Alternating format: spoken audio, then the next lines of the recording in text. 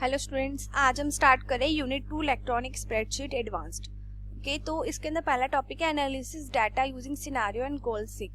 अभी हम स्टार्ट कर रहे हैं with the topic using consolidating data and creating सब टोटल। ओके, तो अभी हम इसे स्टार्ट करते हैं। सबसे पहला टॉपिक है कंसोलिडेटिंग डाटा होता क्या है। तो सबसे पहले हम इंट्रोडक्शन देख लेते हैं। Analysing data is the process to extract useful information for making effective decision. तो एनालिसिस मतलब क्या होता है? एनालाइज करना इंफॉर्मेशन को, और ताकि हम उससे जो यूजफुल इंफॉर्मेशन है वो निकाल सके। ठीक है, यूजफुल मतलब जो चीजें हमें चाहिए हम उसको निकाल सके। तो they are various data analysis software.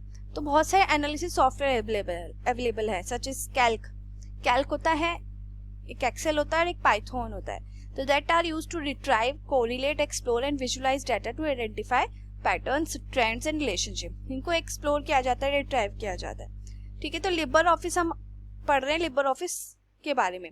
तो उसमें हम कैल्क में पढ़ेंगे। हमारा जो स्प्रेडशीट का जितना भी काम है वो हम कैल्क के अंदर करेंगे, और डाटा को मैनिपुलेट कैसे करते हैं, कुछ सेवरल टूल्स देखेंगे। ठीक है, तो सबसे पहले हम पढ़ते हैं कंसोलिडेटिंग डाटा होता क्या है। Consolidate DAF function is used to combine information from multiple sheets of a spreadsheet into one place to summarize the information. Consolidated function जो होता है वो क्या करता है कि मल्टीपल शीट्स को की जो इंफॉर्मेशन है उनको कंबाइन कर देता है एक प्लेस पे। ठीक है, अभी हम इसके एग्जांपल देखेंगे। It is used to view and compare variety of data in a single spreadsheet. Even आप मल्टीपल स्प्रेडशीट में करते हो, आप एक सिंगल स्प्रेडशीट में भी कर सकते हो। ओके, तो सबसे पहले क्या करना है, इसके स्टेप्स हैं। Open the spreadsheet which has the data to be consolidated. पहले आप एक स्प्रेडशीट बनाओ, खोलो, जिसके अंदर आपको जिसका डाटा आपको कंसोलिडेट करना है, जिसको कंबाइन करना है। Create a new sheet where the data has to be consolidated. आप वो शीट खोलो जिसमें आपको डाटा को कंसोलिडेट करना है। ये आप मल्टीपल फाइल्स के बीच में भी कर सकते हो, मल्टीपल शीट्स के बीच में, और आप एक सिंगल शीट के अंदर भी कर सकते हो। तो करना कैसे है, पहले स्टेप 3 में लिख बताया है चूज डाटा, फिर इसको कंसोलिडेट पे जाके आपको क्लिक करना है। तो एक विंडो ओपन हो जाएगी। ठीक है, observe that the default function sum, उसमें एक डिफॉल्ट फंक्शन सम ऊपर अवेलेबल होगा, आप उसमें देख सकते हो। And you will be able to see the list of function. जब आप सम जहाँ पर लिखा होगा वहां पे जाके जब आप क्लिक करोगे तो बहुत सारे फंक्शंस और भी आ जाएंगे। Step 5, choose the required function from the drop down list. जो आपको रिक्वायर्ड फंक्शन है आप उनमें से वो सिलेक्ट कर लो। Step 6, the source data range list contain existing name ranges to quickly select from that but if the source range is undefined then click and select the range from the sheet which is to be consolidated. Data range के बारे में मैंने आपको पहले भी बताया था कि हर सेल का एक एड्रेस होता है। ठीक है, पहले जिसमें कॉलम का नाम आता है, फिर रो का नाम आता है, जैसे A1 C7 है ना, ये हमने पढ़ा था। ओके, तो इसमें क्या होता है कि जो डाटा रेंज होती है हम इसमें या तो उसका नाम दे देते हैं, ठीक है, जो हमने ऑलरेडी दिया हुआ है, या फिर हम ऐसा करते हैं कि अगर वो नाम अनडिफाइंड है तो हम क्या करेंगे, उन पर्टिकुलर रेंज को हम सिलेक्ट करेंगे उस शीट के ऊपर जिनको हमें कंसोलिडेट करना है।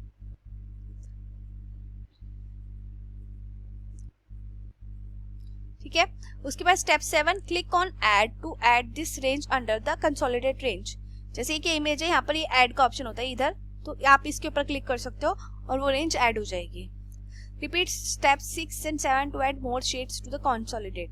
आपको जो जो डाटा या शीट्स में जो जो डाटा आपको कंसोलिडेट करना है वो आप 6 और 7 स्टेप आप रिपीट करना है। Remember to check the target range specify under use copy result to. ठीक है, आपको कॉपी रिजल्ट टू में टारगेट रेंज भी आपको सेट करना है कि आपको रिजल्ट कहाँ पर चाहिए। ठीक है, if it is not mention then click on the cell sheet where the final data has to be produced. आप जहां पर भी आपको चाहिए आप वहां पर क्लिक कर दो तो वो ऑटोमेटिकली कॉपी रिजल्ट 2 में आ जाएगा। ठीक है, step 7, click on option that will list to checks box under consolidate by row labels, column labels and link to source data under option. अब इसमें क्या होता है, रो लेबल्स, जो रो के लेबल्स है वो आपके आ जाए, और जो कॉलम के लेबल्स है वो आपके आ जाए। ठीक है, और लिंक टू सोर्स डाटा, आपके जो डाटा जहां से आपने कंसोलिडेट किया है उससे लिंक रहे, कि मतलब आप जो भी चेंजेस करो वो आपके फाइनल जो आपने कंसोलिडेटेड डाटा बनाया है उसके अंदर भी चेंजेस हो जाए। ठीक है, तो step 11, finally click on okay button. Okay, ये तो उसके स्टेप्स थे। अब हम इसको प्रैक्टिकली देखते करते कैसे। जैसे ही अभी मैंने लिबर ऑफिस कैल्क खोला हुआ है, जैसे कि आप ऊपर या टॉप पे देख सकते हो, अनटाइटल्ड 1 लिबर ऑफिस कैल्क, ठीक है। तो ये आप सबको पता है कि लिबर ऑफिस का एक सॉफ्टवेयर है, मैं आपको दिखा देती हूँ फिर से। ये वाला लिबर ऑफिस का सॉफ्टवेयर है, आपने इसके ऊपर डबल क्लिक करना है, एक विंडो ओपन हो जाएगी, उसमें से आपको कैल्क को सिलेक्ट करना है, ठीक है। और एक्चुअली मैंने ये डाटा ऑलरेडी पहले से बनाया हुआ है। अब मान लो मुझे मार्क्स इन 2009 और मार्क्स इन 2010, मुझे इनको कंबाइन करके एक नई टेबल बनानी है। मान लो ये दोनों डाटा एक ही सेम ही शीट में है ना, एक एरी और एक एरी। देखो ये शीट 1 यहाँ पर लिखा हुआ है, आप यहाँ शीट 1 में ही है। पहले मैं आपको शीट 1 में कंबाइन करके दिखाती हूँ, फिर मैं आपको एक अलग शीट में कंबाइन करके दिखाऊंगी। तो पहले हम शीट 1 इसमें कंबाइन करके देखते हैं। पहले मैं यहाँ पे एक सेल सेलेक्ट कर लेती हूँ, ये मैंने कर लिया E12। सबको पता है कि यहाँ पर आप एड्रेस देख सकते हो, यहाँ पर लिखा होता है E12। अब क्या करना है आपको इन सबको सिलेक्ट करना है, ठीक है। इन सारे डाटा को सिलेक्ट कर लेना है। देखो यहाँ पर क्या लिखा रहा है, A4 to D7, ठीक है। तो ये क्या है, ये रेंज है। अगर आप इसको नाम चेंज करना चाहते हो, मैं इसको नाम देती हूँ set1, ठीक है। मैंने इसको set1 कर दिया और एंटर कर दिया, तो इसका नाम set1 हो गया। सिमिलरली मैं यहाँ पर इसका भी नेम कर देती हूँ ताकि इजी हो जाएगा। तो इसका सिलेक्ट किया, यहाँ पे I4 to L7 आ रहा है, तो यहाँ पर मैं कर देती हूँ set2 और मैंने एंटर कर दिया। ये डिफाइन नेम है कि हम यहाँ पर रेंजेस को नाम दे देते हैं। नाम याद मतलब I2, I4, I7 ऐसे याद करने की वजह इनको एक पर्टिकुलर नाम दे दिया, ठीक है। अब हम क्या चाहते हैं कि ये यहाँ पर आ जाए।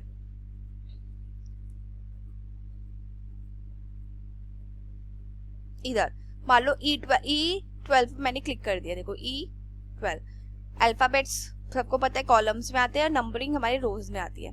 अब आपको क्या करना है, डाटा पे जाना है, कंसोलिडेट के ऊपर क्लिक करना है, ठीक है। अब मैंने आपको बताया था बाय डिफॉल्ट जो फंक्शन आता है वो सम का आता है, तो हमें भी सम करने हैं, हमें इनके मार्क्स को ऐड करना है। ऐड मतलब सम करना, ठीक है। तो हमें सोर्स डाटा रेंजेस में जाना है, अनडिफाइंड पे जाके क्लिक करेंगे। अभी हमने set1 और set2 बनाए थे, तो पहले हमें set1 सिलेक्ट कर लेना है और उसको ऐड कर देंगे, ठीक है। सिमिलरली set2 सिलेक्ट करेंगे और इसको ऐड कर देंगे। अनडिफाइंड रिजल्ट में आपको कहाँ चाहिए, हम अनडिफाइंड ही कर देते हैं क्योंकि हमने ये सेल सिलेक्ट किया हुआ है। देखो यहाँ पर लिखा भी आ गया है शीट 1 E12, है ना, राइट। तो हमें यहीं पर चाहिए, ठीक है। तो हम इसको क्या कर देते हैं, ओके कर देते हैं। आपने क्या देखा कि ये सारे नंबर क्या हो गए, ऐड हो गए। 80, 56 देख लो कितना होता है, 136 ही होता है। लेकिन आपने एक चीज नोटिस की होगी कि आपके नेम, साइंस, मैथ, इंग्लिश ये नहीं आए और दिव्या, हीना, अंजू भी नहीं आए। तो हम ये कैसे कर सकते हैं, जब हमने कंसोलिडेट के ऊपर क्लिक करने के बाद ये टेबल में जब ये इंसर्ट कर लिया था सारा, तो आपने ये देखा था यहाँ पर एक ऑप्शन होता है, राइट। तो यहाँ पे लिखा था कंसोलिडेटेड बाय। अगर आप रो लेबल्स कर देते हो तो आपके रो के नाम भी आएंगे, आप कॉलम लेबल्स कर देते हो तो कॉलम के नेम आएंगे। कॉलम नेम्स मतलब साइंस, मैथ, इंग्लिश और नेम। रो लेबल्स में क्या आएगा, दिव्या, हीना के ये वाले आ जाएंगे। और लिंक टू सोर्स ये अभी बताती हूँ मैं आपको पहले, ओके। चलो हम इस लिंक टू सोर्स भी कर देते हैं, ओके। तो हम इसको ओके कर देते हैं। तो अब आप देख सकते हो ये आ गए नाम ऊपर के जो ऑलरेडी उसमें लिखे हुए थे, ठीक है। अब लिंक टू सोर्स मैंने जब किया तो उसमें देखो क्या होगा। मान लो मैं हीना के मार्क्स इन 2009 में हीना के मैथ्स के मार्क्स को 76 कर देती हूँ, तो आप यहाँ पर नोटिस करना जो टोटल वाला जो हमने नया टेबल बनाया हीना के मैथ्स में 134 चेंज हो जाएगा।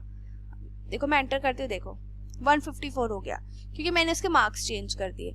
तो बेसिकली ये क्या हुआ है, ये हो गया कि दो मैंने टेबल्स को कंबाइन कर दिया, ठीक है। और लिंक टू सोर्स डाटा करने की वजह से क्या हुआ कि जो भी मैं चेंजेस इनमें करूंगी वो ऑटोमेटिकली इस टेबल में चेंज हो जाएंगे। जो कंसोलिडेट डाटा है उसके अंदर ऑलरेडी चेंज हो जाएंगे, ठीक है। ओके, अब हम नई शीट में भी करके देख सकते हैं, ठीक है। जैसे अभी हमने तो ये एक सेम शीट में किया था, अब हम नई शीट में देखते हैं कि नई शीट में कैसे कंसोलिडेट करते हैं। मान लो हमें यहाँ पर कंसोलिडेट करना है, तो हम क्या करेंगे, डाटा कंसोलिडेट के set1 ऐड कर दिया, set2 ऐड कर दिया, ठीक है। और अभी हमें सॉरी अभी हमें कॉपी रिजल्ट में क्या करना है कि अनडिफाइंड है, तो हम क्या करेंगे, हम यहाँ पर कोई भी एक सेल सिलेक्ट कर लेंगे। तो हमने देख लो यहाँ पर हमने C3 सिलेक्ट किया, तो यहाँ पर C देखो sheet2.$C3 आ गया है। ठीक है, अब हम ओके कर देते हैं। तो आप देख सकते हो नई शीट के अंदर, मतलब नई जो दूसरी शीट थी उसके अंदर भी हम डाटा को कंसोलिडेट कर सकते हैं। ठीक है, वो इस तरीके से कंसोलिडेट करते हैं दूसरी शीट पे। अब उसके बाद अब हमारा नेक्स्ट टॉपिक है सब टोटल। सब टोटल क्या होता है? सब टोटल इस तरीके से कर सकते हैं, जैसे एक शॉप है, एक शॉप में हम पेंसिल भी बेचते हैं, पेन हो गया, बुक्स हो गई। तो अगर किसी को ये देखना है कि मैंने बुक्स कितनी बेची, मेरी पेन्स कितने बिके हैं और मेरी पेंसिल्स कितनी बिकी है, तो उनके हम अब सब टोटल कर देते हैं अलग अलग। ठीक है, तो उसको सब टोटल बोलते हैं। जैसे कि step 1, the sheet where this is to be applied must have labels to the column. Labels होना चाहिए हर कॉलम के लिए। ठीक है, click on data menu and choose subtotal. Data और सब टोटल के ऊपर आपको क्लिक करना है। Step 3, choose the column in the group by list in the subtotal dialog which is to be used for grouping the data in the sheet.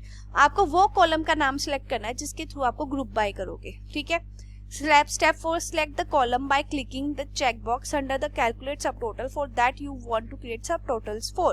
आपको वो उन columns को सिलेक्ट करना है जिनके लिए आप सब टोटल क्रिएट करना चाहते हो। Step 5, select the function you want to perform for the selected column by clicking the function under the use function। ठीक है, उसके अकॉर्डिंग हम कर सकते हैं। Step 6, you can use the second group। second group भी कर सकते हैं हम, and third group tab if the data has to be grouped in further levels। means एक होता है पहला ग्रुप, एक लेवल पे ग्रुप बना दिए। अगर आपको ग्रुप के अंदर और ग्रुप बनाने तो आप सेकंड ग्रुप और थर्ड ग्रुप का यूज कर सकते हो। और click step 7, click okay button. अब हम देखते हैं प्रैक्टिकली करते कैसे। देखो, हमने ये टेबल बनाई हुई है सब टोटल के लिए, जैसे शॉप नेम्स है, आइटम्स है, क्वांटिटी है। ठीक है, तो पहले हम क्या करते हैं कि हम पूरी टेबल को सिलेक्ट कर लेते हैं with the help of a mouse. Okay, अभी हम देखते हैं इनकी ग्रुपिंग या सब टोटलिंग कैसे करते हैं। तो डाटा पे जाएंगे और उसके बाद सब टोटल्स पे जाएंगे। ठीक है, मान लो आपको ग्रुप करना है शॉप नेम के अकॉर्डिंग। ठीक है, एक शॉप नेम के अकॉर्डिंग X, एक शॉप नेम Y है और एक शॉप नेम Z है। ठीक है, और हमें क्वांटिटी को क्या करना है, ऐड करना है। हमें क्या करना है, इसको सिलेक्ट कर लेंगे, यहाँ पर चेक बॉक्स के ऊपर क्लिक करेंगे तो सिलेक्ट हो जाएगा, और यूज फंक्शन सम के ऊपर क्लिक करना है। उसके बाद हम ओके करेंगे। तो आप देखो ये टेबल में क्या हुआ कि ग्रुप बन गया, तीनों x की एक साथ आ गई, y की एक साथ आ गई और z की एक साथ आ गई। ठीक है, फिर x का जो सम है, मतलब पेंसिल पेन नोटबुक का 99, y का सम 112, z का सम, ठीक है, इस तरह के, और लास्ट में ग्रैंड टोटल। ठीक है, अब इसको आप कुछ और चेंजेस भी कर सकते हो, जैसे डाटा में जाओ, फिर से सब टोटल पे जाओ। मान लो आपको क्वांटिटी नहीं करनी है। ठीक है, आपको क्या करना है, ग्रुप बाय, मान लो आपको ग्रुप बाय आइटम करना है, चलो क्वांटिटी ही ऐड करेंगे, ग्रुप बाय आइटम हमने कर दिया। ठीक है, और सब टोटल हम क्वांटिटी के अकॉर्डिंग करें, यूज फंक्शन सम कर दिया। ठीक है, हम ओके कर देते हैं। तो आप देख सकते हो शॉप नेम का कोई फर्क नहीं पड़ता। जैसे नोटबुक आ गई, पहले नोटबुक का सम कितना हो गया, इसको थोड़ा बड़ा कर देते हैं। नोटबुक नोटबुक नोटबुक का सम, पेन पेन पेन का सम, पेंसिल पेंसिल पेंसिल का सम और ग्रैंड टोटल। ठीक है, तो इस तरीके से हम सब टोटलिंग करते हैं। ओके, आज का टॉपिक यहीं खत्म होता है। ठीक है, ओके, थैंक यू।